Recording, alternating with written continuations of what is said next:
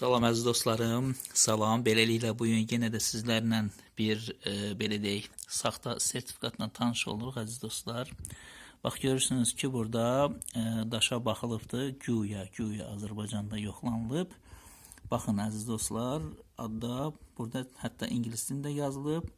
Güya bu daş, güya Aleksandrit daşıdır əziz dostlar. Ancaq əslində bu daş Aleksandrit daşı deyil əziz dostlarım. Baxın, görürsünüz, yəni bunun formasına. Aleksandrit daşı, əziz dostlarım, heç vaxt 38 karat ümumiyyətcə tapılmır, əziz dostlar. Təbiətdə ümumiyyətcə Aleksandrit daşının 30 karatlığına ümumiyyətcə rast gəlinməyib, əziz tamaşaçılar. Bunlara görə bunu da mən qeyd edirəm ki, yəni burada 38 karat qeyd olunub, burada güya kimyəvi tərkibi qeyd olunub. Ancaq mən mineralog, gemolog, kristaloqraf Nazir Nağıyev sizlərə bildirmək istəyirəm ki, bax bu cür daşlara güya bizdə sənəd verirlər, peçat var, əziz dostlar.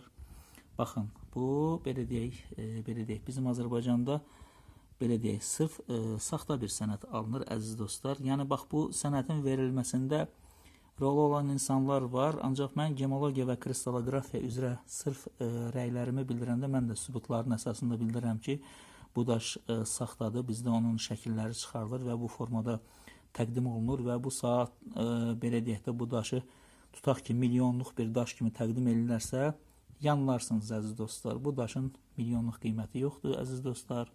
Bu daş 10 manat dəyərində bir daşdır.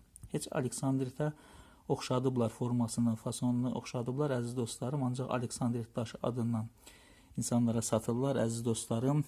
Bilin, mən gemologiya və kristaloqrafiya üzrə ekspert Nazir Nağıyev, kanalıma abunə olmağı unutmursunuz əziz dostlar.